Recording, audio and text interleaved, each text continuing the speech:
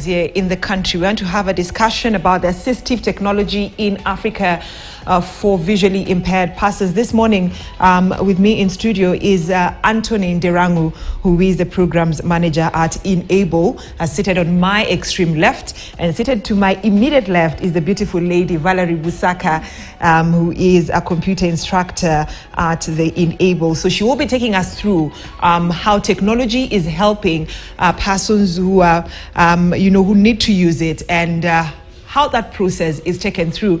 But then, Valerie, talk to us about this assistive, technology in Africa that you will be taking us through later on. Okay, to begin with, my name is Valerie Olesia. I'm a computer instructor at Enable. I need to mention that I'm blind. That's why I need to carry my eyes with me. Yes, this is a white cane that I use to move around. It's for mobility purposes and identification.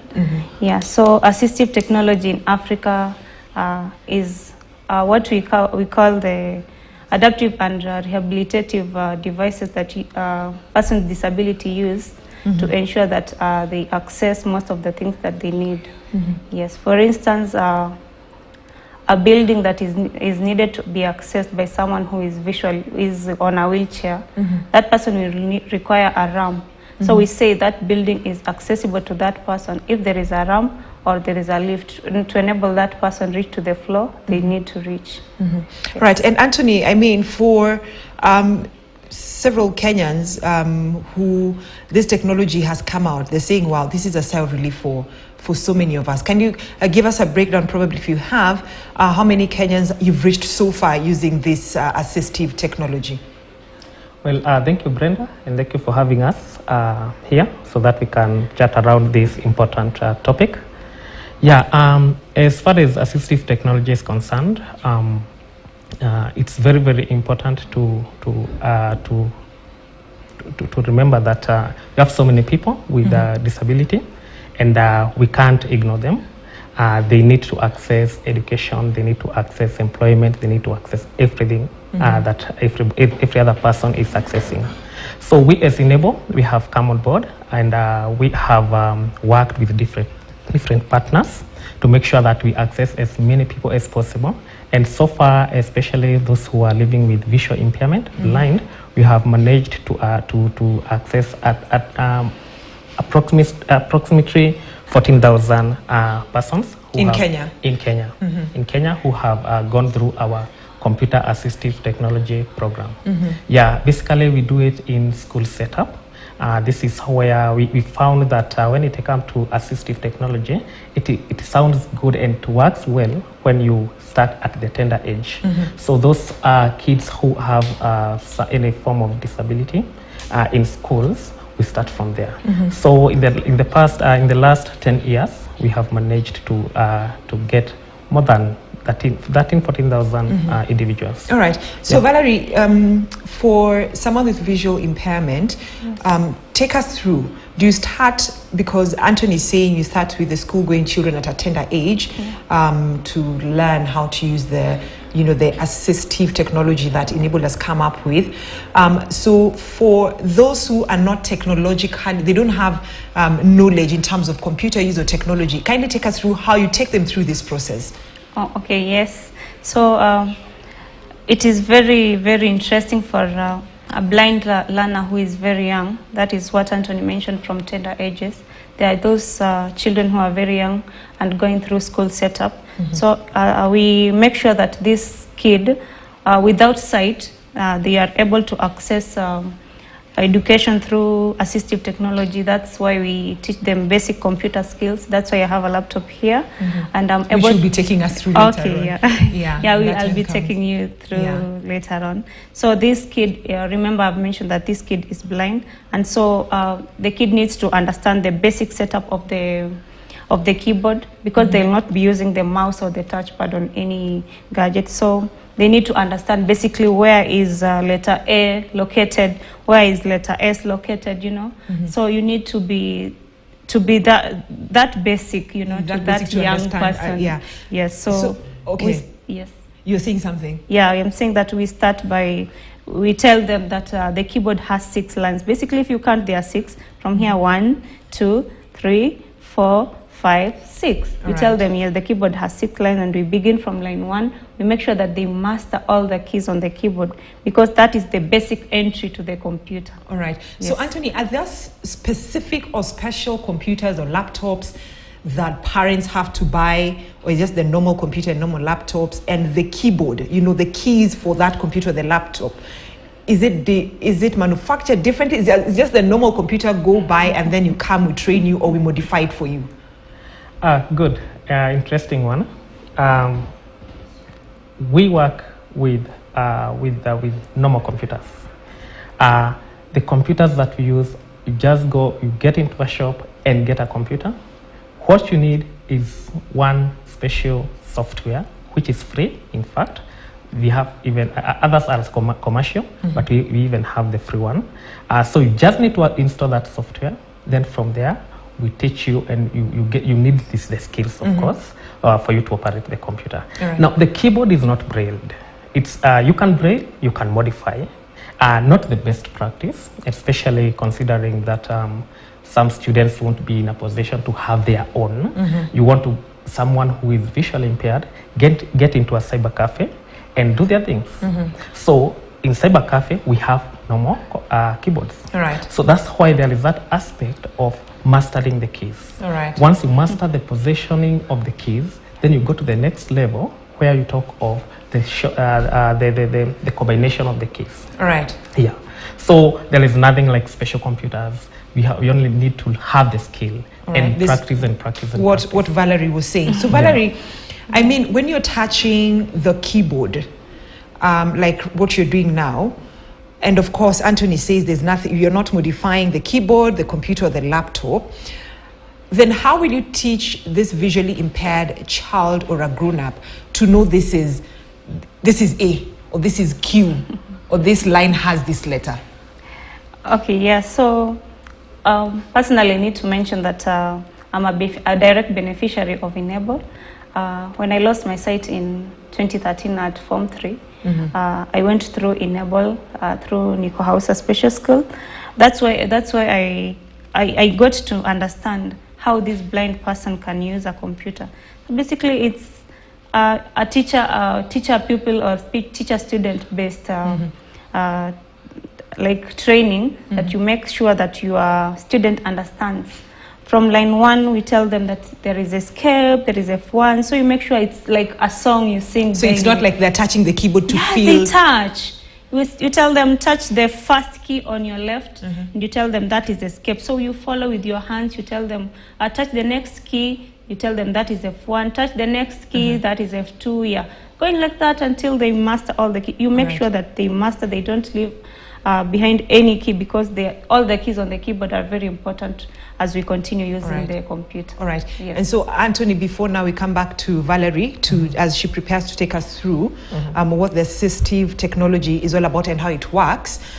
So how long does it take for a visually impaired person to learn this assistive technology? Because people are different. Yeah. Yes. Yeah, and as you've said, people are different, so they will spend different time. You may have, I have a colleague of mine, and that guy is super sharp, you know. I just introduced something small and he picks. Yeah, so in class setup, like Varale, I took her through this introduction back in Siaya. And you find that in a class setup, you have those who grasp these things very fast. Others are struggling. So what we usually do, we have like peer teaching kind of, where those who are struggling, they are given they are supported by their peers. So it takes a lot of time, honestly speaking, especially to do tangible things. So is there a curriculum that you follow? Yes, we have a curriculum that we follow, and we train from grade 1 up to Form 3. Okay. So we are distributed in blind schools in the country. We are in Meru, we are in Kiambu, we are in Siaya, we are in Mombasa. where those major schools. So if you're doing it from grade 1 to Form 3, so what happens to that person who's in Form 4 onwards, institutions of higher learning, you're employed? So what happens to them?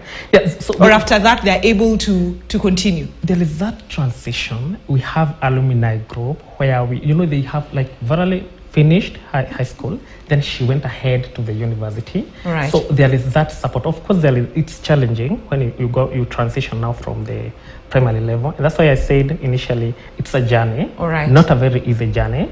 And sometimes it depends on your capability in terms of even financial mastery, and so on and so forth. All right. Yeah. So Valerie, kindly take us through this class of the supportive technology, assistive technology that someone who's visually impaired will go through, and I'm sure we'll be able also to show that to our viewers on screen. So kindly take us through how it's done.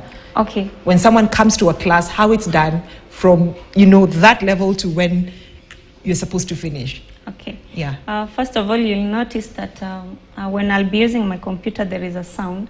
So that sound is what connects me to this computer. Without that sound, I cannot operate this computer. So it is a software that Anthony mentioned. It's free, but you can get others which are commercial. And this one is called non-visual desktop access. So it is a software that is helping someone with visual impairment access the desktop easily, you see. Yeah, so when for instance, I want my students to access, the basic computer packages such as Microsoft Office, Word, Excel. So I tell them you should press window key.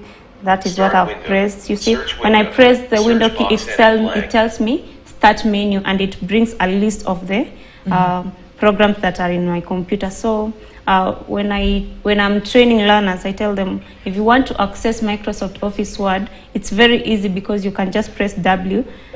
And exactly what brings it, Microsoft Office Word 2010. So I tell them to press enter. So the voice, the instructor who's speaking is also assisting the student. Yes. So they listen and they follow. Yes. Okay. Yeah. So it is very, very easy following the non-visual desktop access (NVDA) when you are teaching and also when you are learning. You see? So it is very, very easy to make this student understand. So that is a blank page that I have opened, and so you imagine that I'm in a class.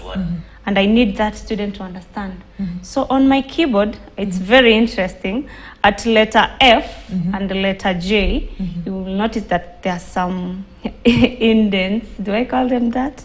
Yeah. There are some marks. So that is an identification mark. That comes with the laptop or the computer. Even yours, just a normal computer has that. Okay. So to me, it is a landmark. All right. So where I need to press my hands on. The small finger will press A, so the other finger will press S. The pointing finger will be at F. So Valerie, so when the student or when a person with who's visually impaired wants to touch the keyboard of F, so you're saying that the finger has to be on A, so the fingers have to be spread across for the person to reach F. Yes.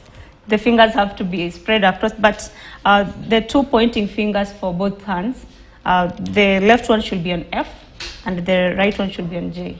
Okay. Yes, so that is very easy to navigate. As you locate your fingers, it's very easy to navigate through the keyboard. Our keyboard is QWERTY, so navigating through it when you're placing your fingers there, it's very easy, and that is why for this learner who is very small, okay, when you tell them to press letter F and you tell them that letter F has a landmark, that is what they keep in their mind. All right. So what if I want to tell the learner or the visually impaired person to press a question mark? To press a question mark, so they need to combine a key. They need to combine Shift plus another key, that is slash, so that will give you a question mark. Yes. All right. So now let's start the process again. Okay. Now you're giving the instruction. Okay. So once you give the instruction, I had there's an instructor voice coming out. Yes. Someone who is giving the instruction. So let's assume you're in a class because our viewers also want to listen. So you give the instruction, and then the instructor speaks, and then we move on to the next instruction. Okay. Start window. Search window. Search box G. Google Chrome G. tab Google Chrome. Toolbar. So Address right and now search bar I want edit to has browse autocomplete through control the plus internet. LA. That's what I also train my learners, how to browse through the internet. You know, learners in higher grades, that is junior secondary, grade 6, and Form 1, 2, and 3, they need to understand also how they can get notes online, how they can browse, maybe a topic that a teacher has given them. So right now I'll just go to search what assistive technology is. I-T-I-V-E. Assistive. T. No. I-T-I-S-S-A. Assert S-I-S-T-I-V-E.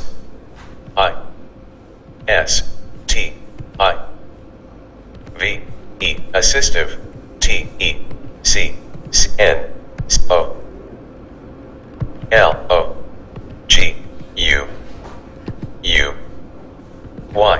So I need to understand the meaning of assistive technology.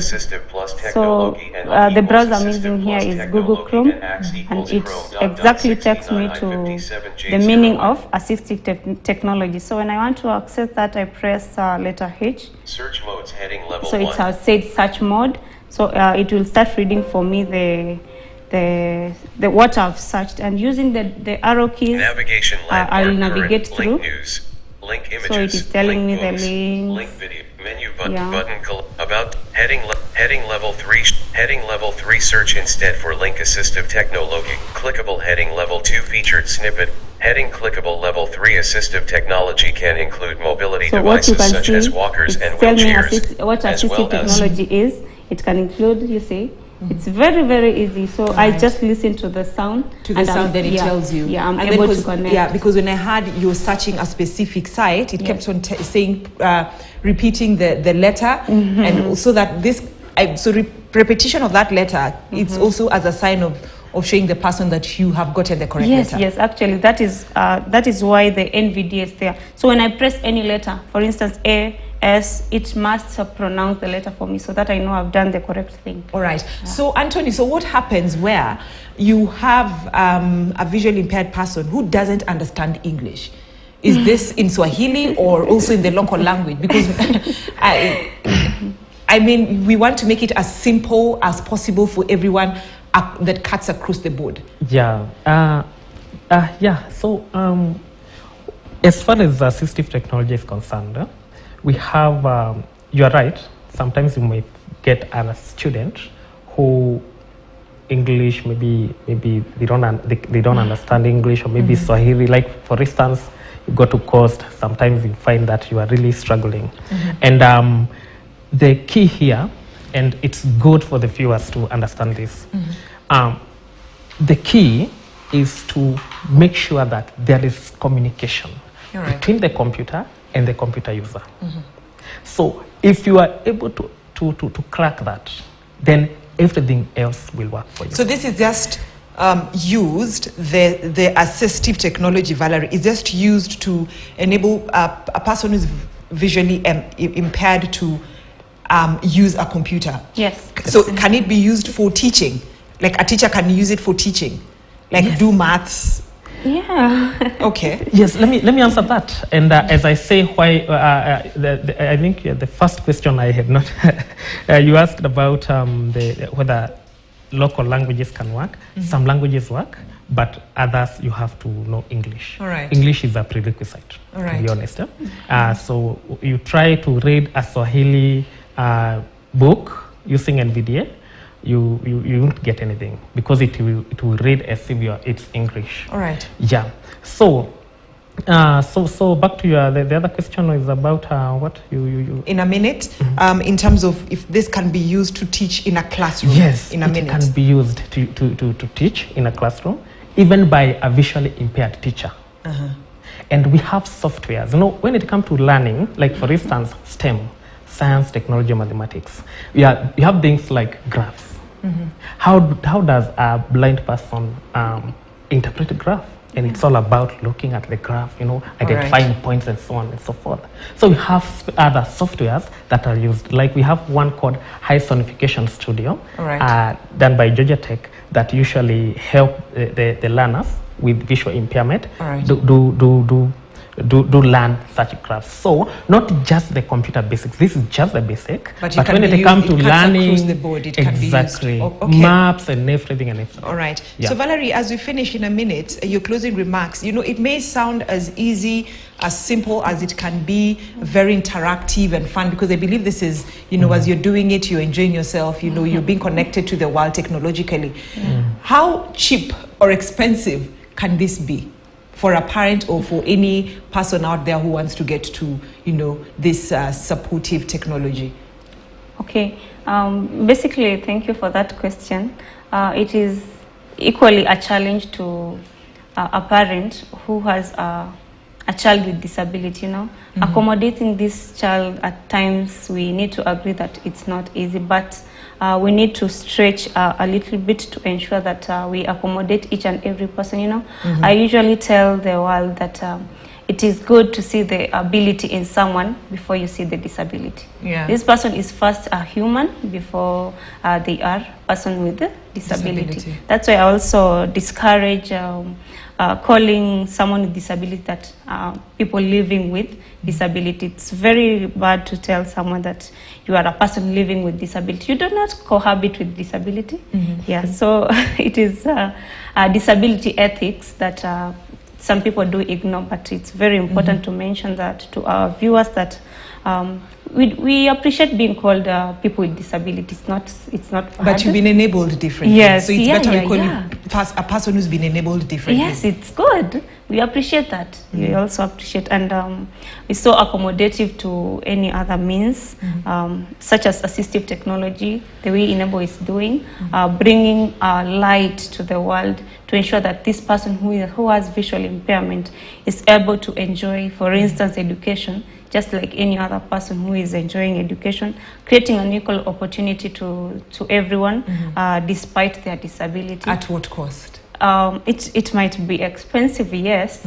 Acquiring, for instance, the digital devices that we use at school, even a laptop, a personal laptop, you know, it might be expensive to some parents. It might not be expensive to other parents.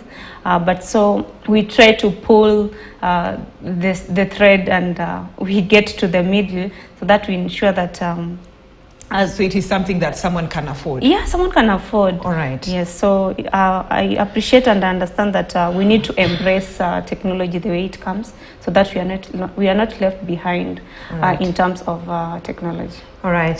Valerie Busaka Santesana, who is a computer instructor at Enable. Anthony Ndirangu, thank you so much. The program manager at Enable, thank you for making us understand that persons who've been enabled differently, not people living with disability, but they've been enabled differently, can be able to connect with the world in a way of technology, using the assistive technology in Africa. My name is Brenda Zedaradido. I pave way now for Suleiman Yeri, who's up next with Yanayo Juri as he comes in to bring you up to date with what is making the headlines, but through the Swahili language. Enjoy the rest of your viewing. I see you tomorrow for KTN News Weekend Prime. God bless.